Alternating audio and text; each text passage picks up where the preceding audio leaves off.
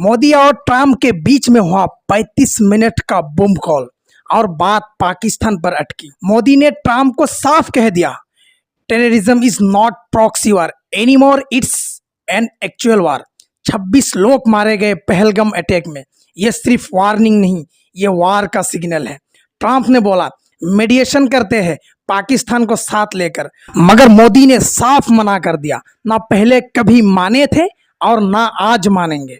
Trump सोच रहे हैं उनकी वजह से केस फायर हुआ। मोदी ने बोला यह डील इंडिया पाकिस्तान के आर्मी कमांडर्स की है, नो अमेरिका इन्वॉल्व्ड। ट्रंप ने बुलाया मोदी को अमेरिका में, मगर मोदी ने डायरेक्टली मना कर दिया और कहा मिलेंगे जरूर, मगर एक पावरफुल स्टेज पर। तो भाई इस 35 मिनट कॉल में पाकिस्तान का नाम आया, धमकी भी और दोस्ती भी।